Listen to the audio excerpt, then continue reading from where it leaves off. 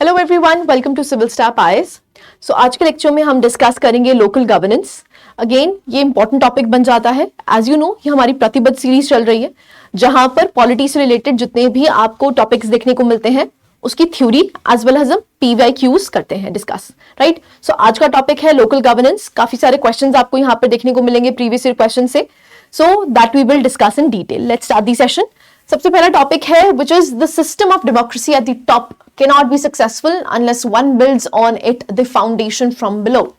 Now ये coat आप utilise कर सकते हैं easily when you are attempting any local governance question. So this particular statement was given by Jawaharlal Nehru. Again important है, यहाँ पर आप कह सकते हैं कि जो सिस्टम ऑफ डेमोक्रेसी है ना at the top cannot be successful. Successful हो ही नहीं सकती है जब तक आप फाउंडेशन नहीं बिल्ड करोगे फ्रॉम बिलो। नाउ यहां पर ग्रास रूट डेमोक्रेसी को प्रमोट करने के लिए जो पंचायती राज इंस्टीट्यूशंस हैं, जो अर्बन लोकल गवर्नेंस बॉडीज हैं, वो क्रूशियल एस्पेक्ट प्ले करती हैं। Now as you know, 73rd और 74th अमेंडमेंट को कहा जाता है इट वाज अ लैंडमार्क या फिर हम कह सकते हैं watershed development in the democracy.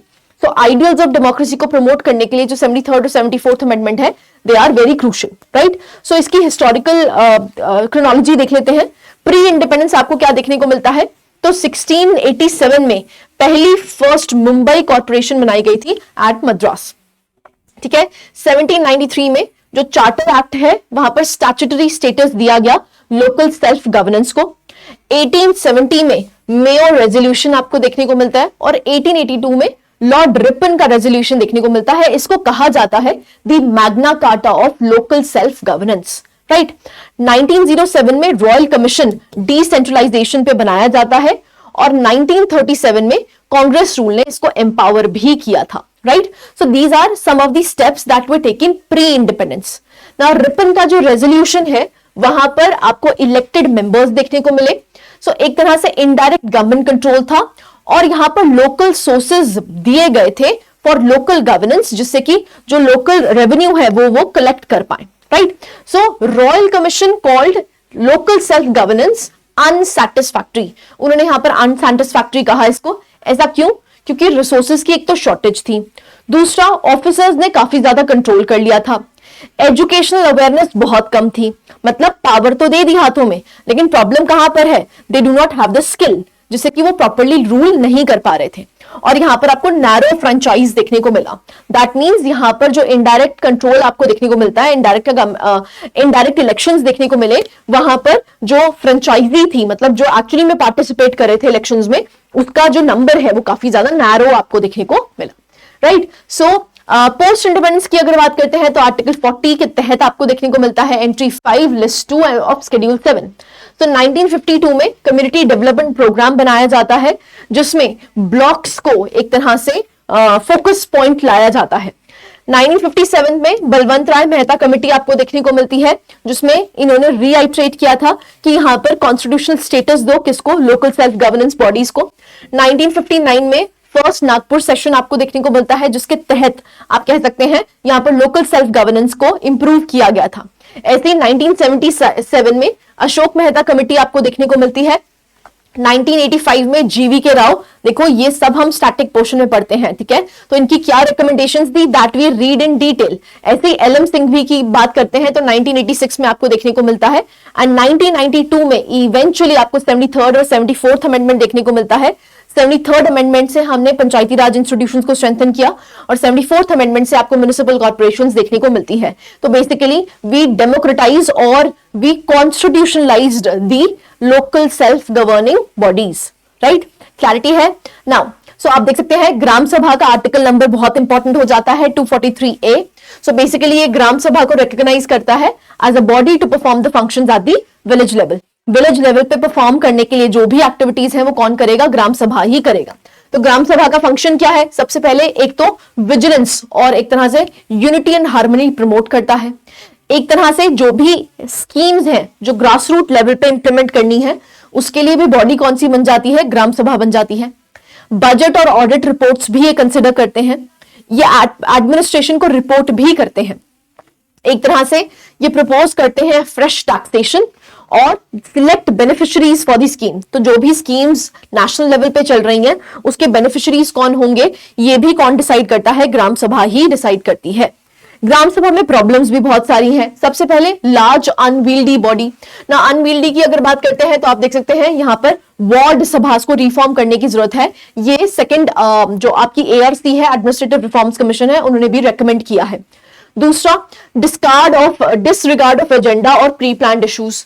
Inaccurate information provide करी जाती है पंचायत सेक्रेटरी के द्वारा, जिसकी वजह से आपको देखने को मिलता है यहाँ पर इनएफिशिएंसीज देखने को मिलती है। यहाँ पर जो ग्राम सभा की बात करते हैं तो वहां पर भी बड़े बड़े जमींदार जो हैं वो डोमिनेंस में रहते हैं, तो यहाँ पर डोमिनेंस ऑफ एलीट्स देखने को मिलता है। फैक्शनलिज्म आपको देखने को मिलता है ग्राम सभा के बीच में ही, और लिमिटेड पार्टिसिपेशन है। तो ग्राम सभा में जब तक पार्टिसिपेशन नहीं होगी, सारों की नहीं होगी, इंक्लूसिव एक तरह से पार्टिसिपेशन नहीं होगी, तब तक as such effective policies implement नहीं हो पाएंगी। तो यहाँ पर आपको लिमिटेड पार्टिसिपेशन देखने को मिलता है विमेन का। ठीक है, so these are some of the problems that are regarding gram sabha. Suggestions देख लेते हैं, मतलब वे फॉरवर्ड देख लेते हैं। सबसे पहले आप वार्ड सभास बनाइए। दूसरा, मैंडेट करिए रेगुलर और फ्रीक्वेंट मीटिंग्स। अवेयरनेस राइज करवाइए। आरटीआई से यहाँ पर आप जानकारी ले सकते हैं। ट्रांसपेरेंसी को बढ़ाना जरूरी है। यहाँ पर introduce the power of recall. Recall का मतलब क्या होता है ना, मान लीजिए आपने यहाँ पर अपने इलेक्टेड हेड्स बनाए हैं लेकिन वो कुछ परफॉर्मेंस नहीं कर रहे हैं, तो आप उनको क्या कर सकते हो, बुला सकते हो, वापस बुला सकते हो कि आपके बस की बात नहीं है, कि आपको हमने इलेक्टेड रिप्रेजेंटेटिव बनाया है लेकिन आप कुछ कर ही नहीं रहे हमारे विलेज के लिए। तो यहाँ पर राइट टू रिकॉल आप यहाँ पर इंट्रोड्यूस कर सकते हैं। यहाँ पर एनजीओज को एंगेज करो जिससे कि ज्यादा से ज्यादा अवेयरनेस हो सके। नंबर 2, यहाँ पर स्किल सेट प्रोवाइड करो जो इलेक्टेड हेड्स हैं, क्योंकि प्रॉब्लम क्या है, सरपंच बन जाते हैं लेकिन सरपंच को अवेयरनेस ही नहीं है कि किस तरह से फंक्शनिंग होनी है और किस तरह से स्कीम्स को इंप्लीमेंट करवाना है। तो यहाँ पर जो एनजीओज हैं या जो सिविल सोसाइटी ऑर्गेनाइजेशंस हैं वो हेल्प कर सकती हैं to give them skill set, right. So this is the way forward. ना पंचायती राज इंस्टीट्यूशंस की बात करते हैं तो कैरेक्टरिस्टिक्स क्या है इनके। सबसे पहले 3 टियर स्ट्रक्चर आपको देखने को मिलता है। Gram panchayat at village level, panchayat samiti at block level और जिला परिषद आपको डिस्ट्रिक्ट लेवल पे देखने को मिलता है। जो भी स्मॉलर स्टेट्स हैं वहां पर 2 टियर स्ट्रक्चर हो सकता है। कॉन्स्टिट्यूशनल स्टेटस की अगर बात करते हैं तो आर्टिकल 243 टू 243O आपको देखने को मिलता है। नया शेड्यूल ऐड किया गया था विच वाज शेड्यूल 11, जिसमें आपको 29 सब्जेक्ट्स देखने को मिलते हैं। डेमोक्रेटिक डिसेंट्रलाइजेशन एक तरह से कैरेक्टरिस्टिक बन जाता है क्योंकि डायरेक्ट इलेक्शंस यहां पर ग्राम पंचायत के होते हैं। रिजर्वेशंस प्रोवाइड करी जाती हैं एससी एसटी को, और जब विमेन रिजर्वेशन की बात करते हैं तो यहां पर मिनिमम रिजर्वेशन 33% सीट्स आपको विमेन रिजर्व देखने को मिलती हैं। नाउ यहाँ पर स्टेट जो है उसकी इंटरवेंशन आपको काफी ज्यादा देखने को मिलती है, क्योंकि जितनी भी पावर्स यहाँ पर पंचायती राज इंस्टीट्यूशंस को दी जाती हैं वो डेवल्यूट कौन करता है, it is the state. Financial provisions की अगर बात करते हैं तो ये रेवेन्यू सोर्सेज, मतलब ये टैक्स लगा सकते हैं, फी लगा सकते हैं। ग्रांट्स यहां पर मिलती है स्टेट फाइनेंस कमीशन के द्वारा, और फंडिंग प्रोवाइड करी जाती है स्कीम्स के द्वारा। अकाउंटेबिलिटी मैकेनिज्म्स भी हैं, यहां पर ऑडिट्स और ओवरसाइट करी जाती है बाय द स्टेट गवर्नमेंट। और यहां पर जो ग्राम सभा है वो एक तरह से सोशल अकाउंटेबिलिटी का टूल बन जाती है। ठीक है, so these are some of the characteristics of Panchayati Raj institutions. Now what are the challenges that are relating with PRIs. सबसे पहले फाइनेंशियल कंस्ट्रेंट्स। ना यहाँ पर जो टैक्सिंग पावर्स है वो एक्चुअली में डेवल्यूट कौन करता है, it is the state. Now state ने यहाँ पर डेवल्यूशन करी ही नहीं है, तो सबसे पहला प्रॉब्लम कहां पर आपको देखने को मिलता है, फाइनेंशियल कंस्ट्रेंट्स देखने को मिलते हैं। दूसरा, कैपेसिटी डेफिसिट, अब ट्रेनिंग नहीं प्रोवाइड की गई। एज आई टोल्ड यू, यहाँ पर जो पंचायत जो सरपंच बनते भी हैं, बट प्रॉब्लम क्या है, उनके पास स्किल सेट ही नहीं है, उनको पता ही नहीं है कि पावर को यूटिलाइज कैसे करना है, तो उनकी जो कैपेसिटी है वहां पर आपको एक डेफिसिट देखने को मिलता है। दूसरा आपको देखने को मिलता है पॉलिटिकल इंटरफेरेंस आपको देखने को मिलता है, and under utilization of powers. ठीक है, सो अकाउंटेबिलिटी और ट्रांसपेरेंसी में भी आपको यहाँ पर इश्यूज देखने को मिलते हैं। वीक ग्रीवेंस रिड्रेसल है। जेंडर और सोशल इनइक्वालिटी, जैसा कि मैंने आपको बताया ग्राम सभा में पार्टिसिपेशन वुमेन की होती ही नहीं है, तो यहां पर आपको देखने को मिलता है जेंडर और सोशल इनइक्विटीज। इनएडिक्वेट इंफ्रास्ट्रक्चर है, ऑफिस नहीं है प्रॉपर, ना ही कोई टेक्नोलॉजिकल फैसिलिटीज हैं जिसकी वजह से इनएफिशिएंसीज देखने को मिलती हैं, और अर्बन रूरल डिवाइड भी आपको यहां पर देखने को मिलता है। ठीक है, so these are some of the challenges that are associated with PRIs. Now what can be the way forward. Obviously बात है, जो प्रॉब्लम्स एग्जिस्ट करती हैं उसको एड्रेस करने के लिए आप वे फॉरवर्ड लिख सकते हैं। सबसे पहला क्या था, फाइनेंशियल कंस्ट्रेंट। तो सबसे पहले क्या कीजिए, स्ट्रेंथन कीजिए फाइनेंशियल ऑटोनॉमी। सो यहां पर फंड एलोकेशन टाइमली होना चाहिए, लोकल रिसोर्सेज को एनहांस कीजिए जिससे कि वो अपने लोकल टैक्सेस लगा पाए और इवेंचुअली अपने आप को फाइनेंशियली सस्टेन करवा पाए। दूसरा, कैपेसिटी बिल्डिंग होनी चाहिए, ट्रू डेवोल्यूशन ऑफ पावर्स। अब डेवोल्यूशन आपने पेपर्स पे तो कर दिया, लेकिन रियल टर्म्स में कोई डेवोल्यूशन है ही नहीं, तो यहां पर ट्रू डेवोल्यूशन ऑफ पावर्स होना चाहिए। यहां पर इंक्लूसिविटी को इंश्योर कीजिए, अकाउंटेबिलिटी और ट्रांसपेरेंसी होनी चाहिए एंड मॉडर्नाइज कीजिए यहां पर इंफ्रास्ट्रक्चर। ठीक है, सो दीज जो लूप होल्स एग्जिस्ट करते हैं, उन लूप होल्स को एड्रेस करने के लिए आप वे फॉरवर्ड इजिली लिख सकते हैं। ठीक है, तो कंक्लूजन आप देख सकते हैं, इंपॉर्टेंस क्या है, क्योंकि ये रूरल एम्पावरमेंट का एक कॉर्नरस्टोन बन जाता है। तो पीआरआई को इंश्योर करना कि वो डेमोक्रेटिक डिसेंट्रलाइजेशन प्रॉपर्ली हो रहा है, उसके लिए काफी ज्यादा कोशिश करनी पड़ेगी। ठीक है, नाउ विजन क्या है, सबसे पहले हम पार्टिसिपेटेड गवर्नेंस को इंप्रूव करना चाहते हैं, अकाउंटेबल बनाना चाहते हैं, रिसोर्सफुल सिस्टम्स हैं, इसको अगर हम रूरल डेवलपमेंट चाहते हैं तो उसको सस्टेन करवाना बहुत ज्यादा इंपॉर्टेंट हो जाता है। और एक तरह से ये क्या है, ये अलाइनमेंट है गांधीज विजन की। सो ग्राम स्वराज की अगर जब बात करी जाती है, गांधी के द्वारा करी गई थी, तो यहां पर आप देख सकते हैं लोकल कम्युनिटीज को एम्पावर करने की बात की गई है। जब हम सोशियो इकोनॉमिक डेमोक्रेसी की बात करते हैं, उसके लिए कॉर्नरस्टोन क्या बन जाता है, इट इज दी ग्राम सभा। क्लैरिटी है, आई होप आपको यहां तक समझ आया होगा। ठीक है, नेक्स्ट आता है ULBs which is urban local bodies. Urban local bodies के कैरेक्टरिस्टिक्स देख सकते हैं, तो यहां पर आपको 3 टियर सिस्टम देखने को मिलता है, म्युनिसिपल कॉर्पोरेशन, म्युनिसिपल काउंसिल, नगर पंचायत देखने को मिलते हैं। कॉन्स्टिट्यूशनल स्टेटस की बात करते हैं तो नया शेड्यूल ऐड किया गया था विच इज द 12th शेड्यूल, जहां पर आपको 18 सब्जेक्ट्स देखने को मिलते हैं और इसके आर्टिकल नंबर है 243P to 243ZG। ना यहां पर डेमोक्रेटिक डिसेंट्रलाइजेशन करी गई है, डायरेक्ट इलेक्शंस करे जाते हैं, यहां पर भी आपको रिजर्वेशन एसटी, एससी और विमेन रिजर्वेशन देखने को मिलती है। स्टेट स्पेसिफिक वेरिएशंस रहती हैं, क्योंकि ये किसके तहत ऑपरेट करती हैं, स्टेट लेजिस्लेचर के तहत ऑपरेट करती हैं। तो हर स्टेट के यहां पर म्युनिसिपल कॉर्पोरेशन या म्युनिसिपल जो आपको लोकल बॉडीज देखने को मिलती है वो डिफरेंट है। फाइनेंशियल प्रोविजंस की अगर बात करते हैं तो दे ऑल्सो कैन टैक्स लगा सकते हैं, फी लगा सकते हैं, इनको ग्रांट्स मिलती हैं स्टेट फाइनेंस कमीशन से और स्कीम की फंडिंग भी मिलती है, जैसे स्मार्ट सिटी मिशन हो गया, स्वच्छ भारत अभियान हो गया, इसके तहत इनको फंडिंग भी प्रोवाइड करी जाती है ना। अकाउंटेबिलिटी की अगर बात करते हैं तो जो स्टैंडिंग कमिटीज हैं और ऑडिट्स जो हैं, यहाँ पर जो स्टेट सरकारें हैं वो स्टेट गवर्नमेंट्स यहाँ पर ऑडिट रिपोर्ट्स पेश कर सकती हैं। क्लैरिटी है ना। अर्बन लोकल बॉडीज के इश्यूज देख लेते हैं, तो वही इश्यूज जो आपको पंचायती राज इंस्टीट्यूशंस में देखने को मिलते हैं, वही इश्यूज आपको यहाँ पर भी देखने को मिलते हैं।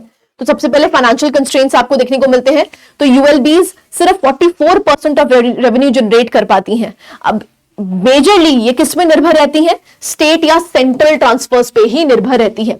कैपेसिटी डेफिसिट की अगर बात करते हैं तो आप देख सकते हैं यहाँ पर डेटा भी लिखा हुआ है, shortage of 20,000 urban planners, NITI Aayog का रिपोर्ट है। यहाँ पर स्टाफ की प्रॉपर ट्रेनिंग नहीं हो पाती है। पॉलिटिकल इंटरफेरेंस आपको देखने को मिलती है, जो स्टेट है वो डोमिनेट करता है और इंटरफेयर करता है इनकी फंक्शनिंग में। डेवोल्यूशन ऑफ पावर्स की अगर बात करते हैं तो जो अभी प्रॉपर ट्रांसफर नहीं किया गया है, दो 18 सब्जेक्ट्स लिखे तो हुए हैं लेकिन अभी भी डेवोल्यूशन नहीं की गई है स्टेट सरकारों के द्वारा। तो यहां पर आपको देखने को मिलता है कि प्रॉब्लम ऑफ डेवोल्यूशन आपको देखने को मिलता है। करप्शन और मिसमैनेजमेंट है तो ऑब्वियसली बात है, वीक ग्रीवेंस रिड्रेसल मैकेनिज्म्स आपको देखने को मिलते हैं और जो गवर्नमेंटल प्रोसेस हैं वो काफी ओपेक हैं, ट्रांसपेरेंसी नहीं एग्जिस्ट करती है। राइट, सो आप देख सकते हैं दूसरा इशू अर्बन इंफ्रास्ट्रक्चर डेफिसिट्स आपको देखने को मिलते हैं। तो आप देख सकते हैं 640 बिलियन इन्वेस्टमेंट नीडेड बाय 2030।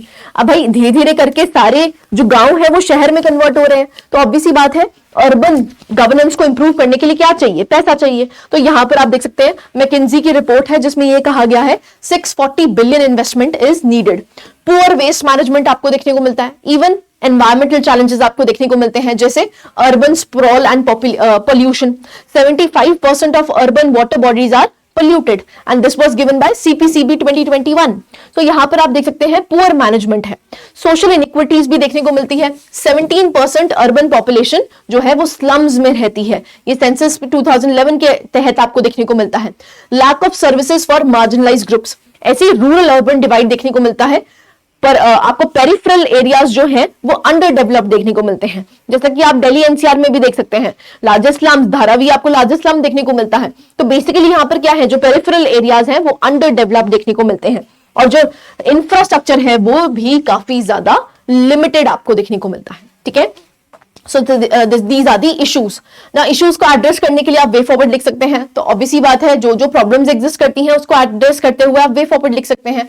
तो पहला है फाइनेंशियल ऑटोनॉमी इनको दी जाए, कैपेसिटी बिल्डिंग करी जाए, डेवोल्यूशन ऑफ प्रॉपर्स प्रॉपर हो, यहाँ पर जो अर्बन प्लानिंग और इंफ्रास्ट्रक्चर पे फोकस होना चाहिए, इंक्लूसिविटी और सोशल जस्टिस को बढ़ाया जाए, लीगल रिफॉर्म्स करे जाए जैसे कि यूनिफॉर्म गवर्नेंस लॉज लेके आए जाए, और क्लाइमेट रेजिलियंस और स्मार्ट सिटी इनिशिएटिव्स जो चलाए जा रहे हैं उसको रेजिलियंट बनाया जाए, राइट।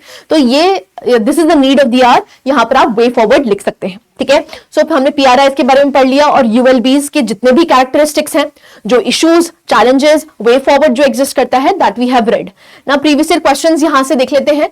आप देख सकते हैं 2023 का आपको देखने को मिलता है, the states in India seem reluctant to empower ULBs both functionally as well as financially. Comment, अभी हम पढ़ के आए हैं इश्यूज, तो इश्यूज का ही क्वेश्चन आपको देखने को मिलता है। ऐसे 2022 में आप देख सकते हैं, to what extent in your opinion has decentralization of powers in India changed the governance landscape at the grassroots? 2020 में आप देख सकते हैं, यहां पर देख सकते हैं आप, the strength and sustenance of local institutions in India has shifted from the formative phases of functions, functionaries and funds to the contemporary stage of functionality. Highlight the critical challenges. Again वही question है, theme वही है, बस पूछने का ढंग अलग हो जाता है। 2019 का भी क्वेश्चन देख सकते हैं, the reservation of seats for women in institutions of local self-governance has had a limited impact on the patriarchal character of the Indian political process. तो as I told you, यहाँ पर women की जो participation है वो मात्र नाम की है। क्यों? क्योंकि यहाँ पर सरपंच पद आपको देखने को मिलता है। तो even अगर जो women head है वो सरपंच बन जाती है, वहां पर as such fully empower नहीं हुई। क्यों? क्योंकि एक्चुअली में उसकी डिसीजन मेकिंग पावर एक्चुअली में किसके पास है, वो अभी भी मेल ओरिएंटेड ही है, ठीक है। सो यहां पर 2019 पे वो क्वेश्चन पूछा गया है। तो आप देख सकते हैं थीम क्या है, the problems, the challenges that are associated with the local self governance. चाहे फिर यूएलबीज की बात करो, चाहे फिर पंचायती राज इंस्टीट्यूशंस की बात करो, चैलेंजेस पे ही आपको क्वेश्चन पूछा गया है, ठीक है। सो आप यहां पर देख सकते हैं पहला question, challenges in empowering the urban local bodies in India. अभी हम पढ़ के आए हैं, वही चीजें आपने लिखनी है। तो फंक्शनल एम्पावरमेंट में आपको इशू देखने को मिलता है, एज सच फाइनेंशियल एम्पावरमेंट नहीं है, स्ट्रक्चरल इश्यूज भी एग्जिस्ट करते हैं, पॉलिटिकल फैक्टर्स भी कुछ हैं, जैसे कि स्टेट कंट्रोल करता है हर चीज, इंटरवेंशन यहां पर स्टेट की आपको देखने को मिलती है। And what are the way forward, you can write the solutions regarding this, ठीक है। ऐसे ही सेकंड क्वेश्चन आप देख सकते हैं, यहां पर impact of decentralization of power in India के बारे में पूछा गया है। What are the positive impacts and what are the challenges, you can write that. So positive impacts की अगर बात करते हैं तो ऑब्वियसली बात है, लोकल जो पार्टिसिपेशन है वो गवर्नेंस में इंप्रूव हो गई है, एम्पावर किया है मार्जिनलाइज ग्रुप्स को, क्योंकि यहाँ पर एससी, एसटी और विमेन के लिए यहाँ पर रिजर्वेशंस आपको देखने को मिली है। डिलीवरी ऑफ सर्विस यहाँ पर इंप्रूव हुई है, लोकल अकाउंटेबिलिटी बढ़ी है, और रिस्पॉन्सिवनेस या आप कह सकते हैं पार्टिसिपेटिव डेमोक्रेसी में काफी ज्यादा एनहांसमेंट आपको देखने को मिली है। बट ऑब्वियसली बात है, कुछ चैलेंजेस एग्जिस्ट करते हैं जो अभी हम रीड करके आए हैं, तो वही चैलेंजेस आप यहाँ पर भी लिख सकते हैं।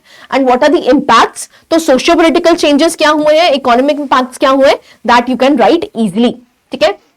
एंड लास्ट आप वे फॉरवर्ड लिख सकते हैं, जो भी चैलेंजेस एग्जिस्ट करते हैं उन चैलेंजेस को एड्रेस करने के लिए आप यहां पर वे फॉरवर्ड लिख सकते हैं। ऐसे ही थर्ड क्वेश्चन देखते हैं। अब उन्होंने क्या बोला है कि एक्चुअली में शुरुआत में प्रॉब्लम किसकी थी, 3Fs की थी, which is funds, functions and functionaries. लेकिन उन्होंने बोला कि अब ना ये जो प्रॉब्लम है ये शिफ्ट हो चुकी है फंक्शनैलिटी पे। तो चैलेंजेस क्या है फंक्शनैलिटी के, उस पे आपको क्वेश्चन है। तो all the more similar question ही है, बट क्वेश्चन पूछने का ढंग अलग हो गया है, ठीक है। तो आप देख सकते हैं सबसे पहले गवर्नेंस इश्यूज आपको देखने को मिलते हैं। अब ओवरलैपिंग ज्यूरिसडिक्शन है, वो ज्यूरिसडिक्शन लोकल सेल्फ गवर्नेंस को भी दे रखी है, स्टेट्स को भी दे रखी है, अब जिसकी वजह से कोई भी अकाउंटेबिलिटी नहीं आपको देखने को मिलती है। ऐसे ही फाइनेंशियल कंस्ट्रेंट्स हैं, ह्यूमन रिसोर्स चैलेंजेस भी आपको एग्जिस्ट करते हुए दिखते हैं, ना ही ट्रेनिंग है, ना ही कैपेसिटी बिल्डिंग करी जाती है, कोई स्किल्ड प्रोफेशनल नहीं है। ऐसी अकाउंटेबिलिटी एंड ट्रांसपेरेंसी का आपको इशू देखने को मिलता है, वीक रिवांसल रेड्रेसल मैकेनिज्म्स है, करप्शन या मिसयूज ऑफ फंड्स किया जाता है। ऐसे ही टेक्नोलॉजी और इंफ्रास्ट्रक्चर में भी आपको इश्यूज देखने को मिलते हैं, और इवन एनवायरमेंटल और सोशल फैक्टर्स अगर हम बात करते हैं, अब उसकी वजह से क्या है, जो इंक्रीजिंग अर्बनाइजेशन की वजह से आपको देखने को मिलता है जो एनवायरमेंटल प्रेशर्स हैं वो बहुत ज्यादा इंक्रीज हो गए हैं, जिसकी वजह से आपको इश्यूज देखने को मिलते हैं, ठीक है। तो उन्होंने यही बोला है कि भाई जो 3Fs की प्रॉब्लम थी अब वो एक्चुअली में शिफ्ट हो रही है धीरे धीरे फंक्शनैलिटी में। कि आपने पावर्स तो दे दी लेकिन वो अभी भी प्रॉपर फंक्शन नहीं कर पा रहे हैं, फंक्शनैलिटीज में आपको इश्यूज देखने को मिल रहे हैं। तो क्या क्या फंक्शनैलिटी में इश्यूज हैं दैट वी हैव डिस्कस्ड। अब इसी को एड्रेस करने के लिए आप क्या लिख सकते हैं, way forward, simple as that. ठीक है, लास्ट क्वेश्चन आप देख सकते हैं, आपसे विमेन रिजर्वेशन के बारे में पूछा है ना। विमेन को रिजर्वेशन तो दे दी, 33% रिजर्वेशन आपको देखने को मिली, बट प्रॉब्लम कहां पर एग्जिस्ट करती है कि उनके पास अभी भी एम्पावरमेंट नहीं हुई है, क्योंकि इवेंचुअली यहां पर जो डिसीजन मेकिंग पावर है वो आज भी मेल ओरिएंटेड देखने को मिलती है। तो आप यहां पर देख सकते हैं कुछ पॉजिटिव इंपैक्ट्स हैं, लेकिन लिमिटेशंस आपको काफी सारी देखने को मिलती हैं, जैसे पेट्रियार्कल नॉर्म्स की परसिस्टेंस आज भी आपको देखने को मिलती है। यहां पर प्रॉक्सी लीडरशिप है जिसको सरपंच पतिज्म कहा जाता है। लिमिटेड डिसीजन मेकिंग पावर है किसकी, विमेन की। जेंडर बायस आज भी देखने को मिलता है। ग्राम सभा की अगर बात करी जाती है, लो पार्टिसिपेशन रेट आपको देखने को मिलता है विमेन का। ठीक है, so these are some of the challenges that are excluding. Now socio cultural barriers भी एग्जिस्ट करते हैं, क्योंकि स्टीरियोटाइप्स हैं कि भाई विमेन का जो रोल क्या है वो तो केयर गिविंग वर्क है। ठीक है, तो उसके अलावा तो ये डिसीजन मेकिंग कर ही नहीं सकती हैं। तो स्टीरियोटिपिकल आपको यहां पर रूट्स देखने को मिलते हैं। अनइक्वल एक्सेस दिया जाता है एजुकेशन और रिसोर्सेज का। तो इन्हीं इश्यूज को एड्रेस करते हुए आप यहां पर वे फॉरवर्ड लिख सकते हैं, जैसा कि strengthening capacity building programs, promoting gender sensitization, ensuring strict enforcement and encouraging grassroots awareness। ठीक है, so these are the way forward that you can write easily। so आप देख सकते हैं जितने भी क्वेश्चंस यहां पर पूछे गए हैं, ऑलमोस्ट सारे क्वेश्चंस आपको किससे रिलेटेड देखने को मिल रहे हैं, the issues that are relating to PRIs and the issues that are relating to ULBs। ठीक है, सो अगेन इंपॉर्टेंट टॉपिक है, यहां से हर साल आप देख सकते हैं एक क्वेश्चन आपसे पूछा गया है, तो आपको थीम अब पता चल गई है कि किस पे वर्क करना है, चैलेंजेस पे वर्क करना है, उसको फैक्ट्स और कोट्स के साथ आप मर्ज कर सकते हैं। Right, so this was it from my side. I hope you like the lecture. Thank you very much.